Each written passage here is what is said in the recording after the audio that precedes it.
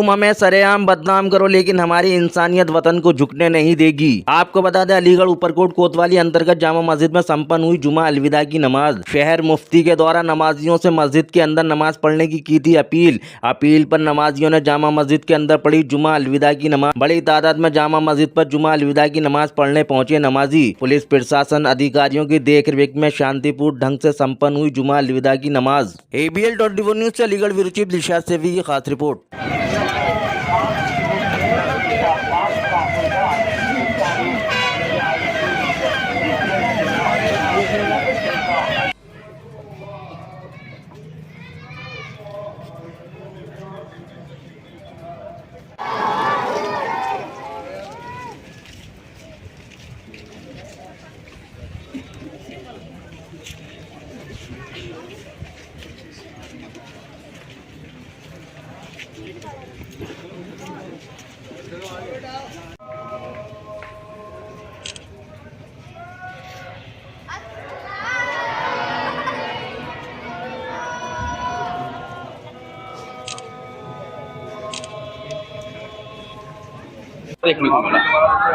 मेरा नाम मुफ्ती मोहम्मद अकबर कासमी है। मैंने अलविदा की नमाज़ अपने शहर में अदा की है और अल्हम्दुलिल्लाह जामा मस्जिद में, शाहजमाल में और जितनी बड़ी बड़ी मसाजिदें हैं और जो हमारे अतराफ़ हैं जैसे तहसील है, तमाम जगहों से ख़बरों को मौसूल करने के बाद हम इस नतीजे पर पहुँचे हैं कि अल्हम्दुलिल्लाह हर जगह सुकून और इत्मीनान के साथ जुमातुल विदा अदा की गई और ख़ास तौर से हर नमाज में और हर इमाम ने अपने मुल्क में अमन और शांति की दुआ की और यही नहीं बल्कि पूरे मुल्क में और उन लोगों के लिए भी कि जो लोग इस मुल्क में अमन और फ़िज़ा को ख़राब करना चाहते हैं उनके लिए भी दुआ की कि अल्लाह ताला ऐसे लोगों से हमारी हिफाजत फरमाए। दूसरी बात, इस बार कुछ नया देखने को ये मिला है कि कल से और अर्ली मॉर्निंग सुबह से जब मैं कभी भी 10 या 5 बार मोबाइल को खोला तो हर जगह शुरू में यही आ रहा है कि भाई सड़कों पे नमाज़ पढ़ने पर ज़बरदस्त तरीके से पाबंदी, छतों पे नमाज ना पढ़ी जाए। तो जब शासन का आदेश हो चुका है और हम लोग भी इस आदेश को पालन करते हैं और करते हुए आ रहे हैं,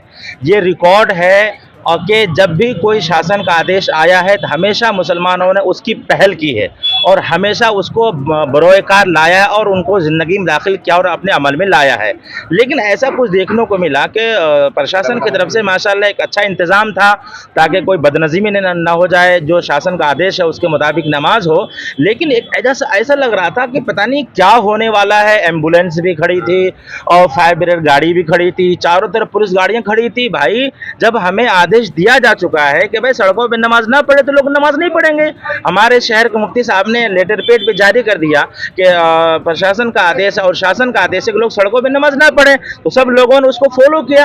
लेकिन क्या मतलब ये ज़रूरी था कि इस तरह से पूरे इंतजाम करना?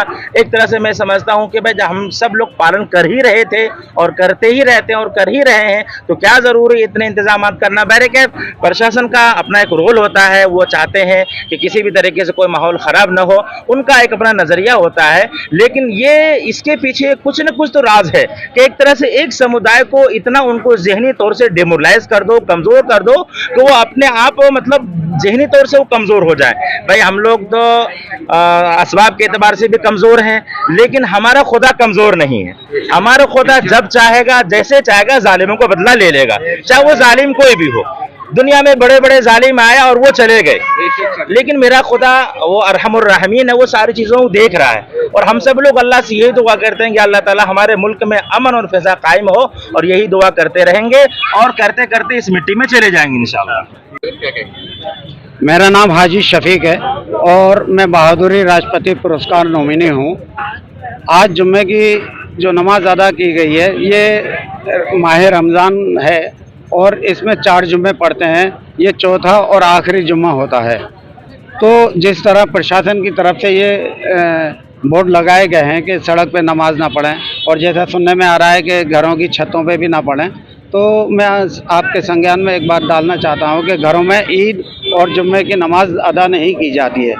ये सिर्फ ईदगाह में और जामा मस्जिद में ही अदा की जाती है।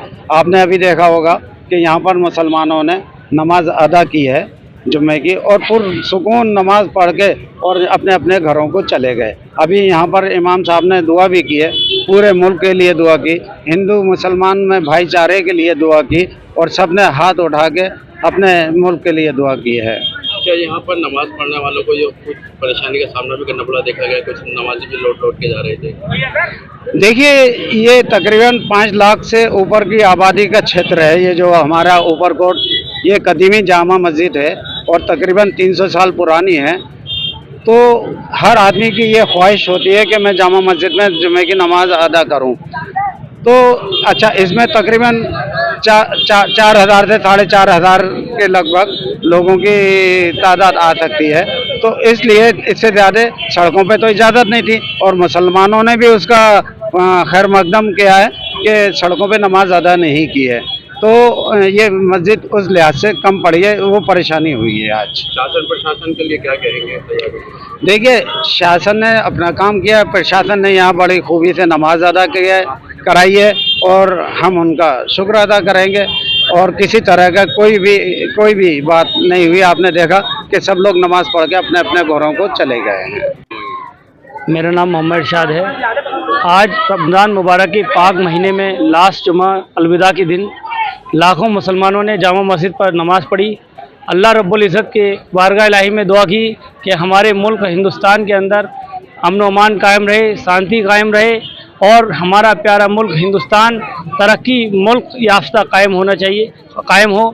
और दुआ की कि हमारे यहाँ जो मुल्क के अंदर जो गंगा जमुना तहजीब है वो कायम रहनी चाहिए, यही दुआ की। और आपके माध्यम से कहना चाहता हूँ कि अलीगढ़ में पहली बार के पहले जामा मस्जिद के अंदर पौने 7 बजे 6:45 पर नमाज होगी और दूसरी नमाज ईदगाह पर 7 बजे होगी, पुरानी ईदगाह में 7:15 बजे होगी।